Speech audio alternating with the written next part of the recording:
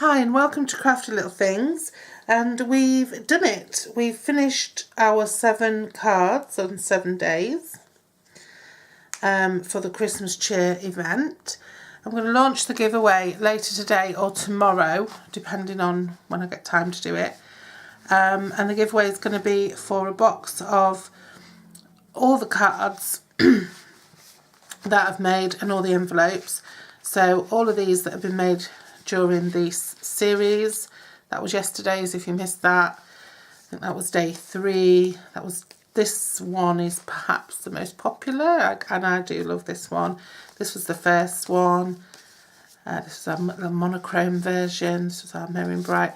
So yeah, they're all done now. So I'm going to launch a giveaway for the cards in a box set, and I'm also going to throw in a couple of Crafty Little Things exclusives as well.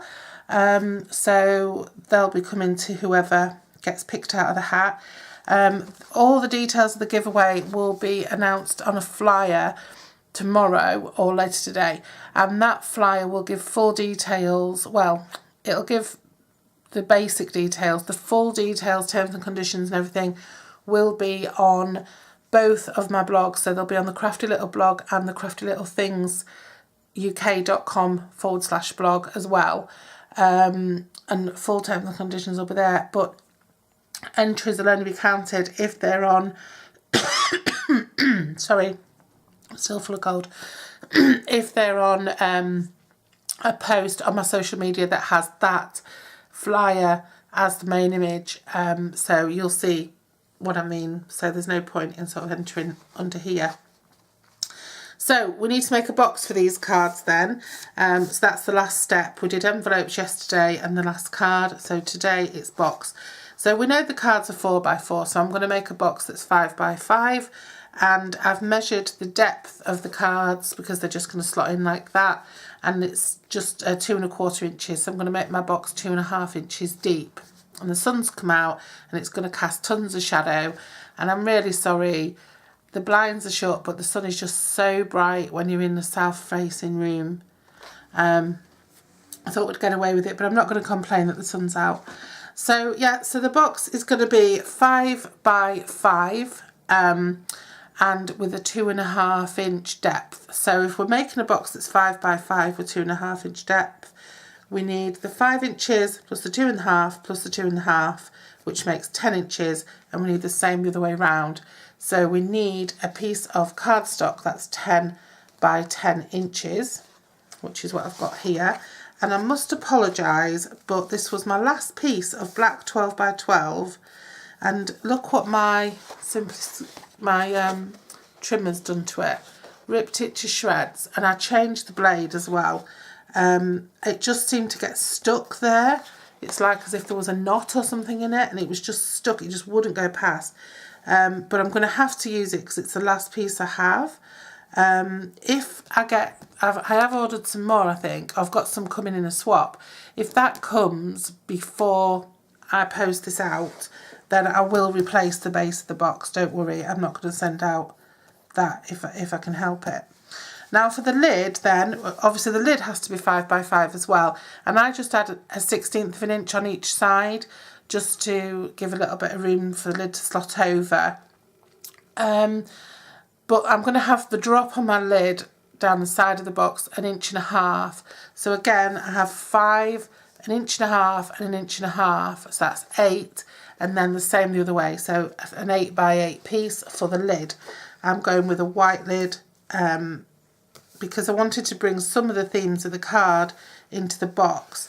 So it's going to be black and white with a foiled trim, and then inside it's going to be lined, potentially lined with cherry cobbler or with a Christmassy paper. I'm not sure yet because I did have lots of bits lying around that were in need of use, and I like to use, yeah, I think it's going to be lined with cherry cobbler. I've got a piece there. So yeah, so I'm bringing the colours and the themes through from the cards as much as I can. Not all of them, obviously, but some of them. Right, so I'm going to get started. I'm just going to score this box base. Oh, bugger. Do you know what? I do that every time. Smack it on the table. So we just need to score at 2.5, and I'm going to be really careful because for some reason this tool doesn't like me and it slides all over. I usually use my bone folder for scoring. Now we've got a problem because that knot, whatever it is there, is right in the way. So then score it and score at 7.5 and 2.5 again. Okay, that's all you need to do for that one. And then for this one, even though we've made it a little bit bigger, I'm still going to move it slightly away from the edge and I'm going to score it at 1.5. And I'm going to do that all the way around. 1.5. This was a little tip I learned from Anne, from Positively Papercraft, to just move it away from the edge a little bit, and it just gives you a little bit more wiggle room to get your lid on. But I have also made the box a little bit bigger, so hopefully, fingers crossed, it'll fit. So that's that. And then all I am going to do as well is I'm just going to cut the insert for the bottom of my box. I don't know whether to make an insert on the lid as well. I'm just going to make this just under, so I'm going to sort of make it just under 5 inches so that it fits in, and then I'm going to make it just under 5 inches the other way. And I may as well make one for the lid as well. So I'm going to do it just under 5 inches there as well. There we go. So they're done now. They're just to go in inside the lid and the bottom of the box. So we can get rid of those. I've been crafting like crazy just lately with all my crafts. Yeah, my craft room looks like a bombs at it. Right, so now all you do is fold and burnish these score lines. It's not rocket science, this box. It's a very simple box. I just wanted to explain the dimensions. I'll fold and score that one as well. Fold and burnish. I always say score when I mean burnish, always. Well, not always, because I didn't then. But you know what I mean. Yeah, it's been really good. I've enjoyed this project. I really have. I never told you. Oh, I'll tell you about that in a minute. Right, so what I'm going to do is I'm going to cut up, if you can see, yes you can, this score line here. So the bottom right, I wonder if I should, I might change my usual thing and cut up the bottom left. I suppose it's the bottom right if I hold it that way, because that might get rid of a little bit of that scar tissue from that disaster with the trimmer. I know I had changed my blade, had problems with blunt blades, and then I realised I did have a spare in the bottom of my trimmer. So I just popped that in quick. And it was cutting fine, and then all of a sudden it just seemed to jam on that piece there. You can just see it's an absolute mess. It's not something that's ever happened to me before. If you've heard of paper having knots in it or whatever, I suppose it has the potential to have little spots that just, you know, like sometimes you can be colouring or something and the crayon just will not take on a certain part of the paper. I've had that happen to me before, not with Stampin' Up stuff, but I've had it happen to me just in general. And I've also been writing before on just like normal faint ruled paper, and the ink just will not stick to the page in little sections. So I don't know if there are little sort of knots. I suppose it's a wood fibre product, isn't it? So pop these all up. Keep your corners nice and square. I just do it this way because I like to have all my sides even. You could have it so that you have 2 flaps coming in on one side and 2 flaps coming in on the other side. But I just like to do it like this. This is my way of doing things. Actually, we've got away with that box by cutting there. There's a little bit, can you see a little bit of a scrunch there, but I don't think that's really going to matter. So I think we've got away with that. Now I'm just going to pop some glue on this piece and drop it in the bottom. This is a new Tombow as well, and I'm having to shake it like it's 10 days old. It's not my day today. I think I've done too much crafting. I think I need a day off. Just going to use the Tombow to press that down. And then you can see I'm just bringing through some of the colours from the cards into the box. So yeah, bottom right, cut up the score line to the first score line. This is just Whisper White, normal cardstock, and that's just basic black in a 12 by 12. Now you can stick on all your extra bits now if you want, and that's what I'm going to do. So I'm going to pop on my inside lid piece.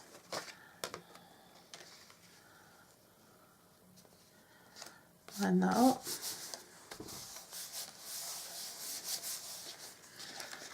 And then I'm going to use this gorgeous, I think it's called Seasons of Cheer, the stack that it's from. And it's a speciality paper, and it's all foiled. It's lovely. So I'm going to stick this quite bold, because it's quite a big box. I thought I'd stick a nice bold pattern on the top. And then I've just got 4 strips, so that just measures 4 and 3/4, and then I've just got these strips that measure 1 1/4 by 4 3/4. These are just going to go around the edge to decorate it. And then whoever receives this gift, then they might want to use the box for something else, because it's a pretty box. It's going to be a pretty box when they've finished using it for cards. I don't think it necessarily looks Christmassy. It doesn't look, too Christmassy really. I did make one yesterday, and the same, well, similar, and I messed it up and I made a mistake with it. If you're watching yesterday's video, I think I showed what I did. I made the lid too small. And I'm not going to, I love the box myself, so I'm not going to throw it away or anything. I'm going to keep that. And I'm going to put some little bits and bobs in it on my dressing table, because it's just such a pretty box. Put little cotton wool pads or something in there. And then just stick that on there. Oops. That one's not quite straight, but it doesn't matter. I'm not going to beat myself up about it. And then we're going to put some Tombow onto these 4 outside flaps. I haven't put any hand cream on this morning. My hands feel really dry. Yesterday I was doing a lot of pottery. So they were in water a lot. That's one of my new things. I love crafting, making anything. I love a potter's wheel. I ain't got enough space for one, I don't think. I definitely haven't got enough space for a kiln. I was thinking, wouldn't it be nice if you had like a community hub where you could just go and use like a massive paper guillotine, an industrial size one, and an industrial, and a big potter's wheel, and we could just use it if you wanted to, and you all sort of paid to use the space. and that you could do classes there, and you had like big equipment, like I say, big guillotines and big cutting machines and things like that, and a kiln and a potter's wheel that you could just pay to use. Yay, it fits. So there's the lid, and it fits perfectly. And look how beautiful it is. What a gorgeous box. What a gorgeous looking box that is. You see what I mean? No way I'd throw one of those away. So I'm going to pop my cards in. I don't know which one I'll put on the top yet. And like I said, I'm going to put a belly band around those as well. And then what I've done for the to fasten it up and just finish it off is I've took some champagne foil, a piece of black, a piece of Whisper White, and I've just stamped Christmas wishes on it. I don't even know which stamp set that comes from. Is it from... Oh, it's from Merry Mistletoe, one of my favourites. And I've used the Scallop Tag Topper Punch, which is this contraption here, which is fabulous. And then I've threaded through some black antique lace trim, which is gorgeous, and it's very sexy. It's very nice. And what I'm going to do is I'm just going to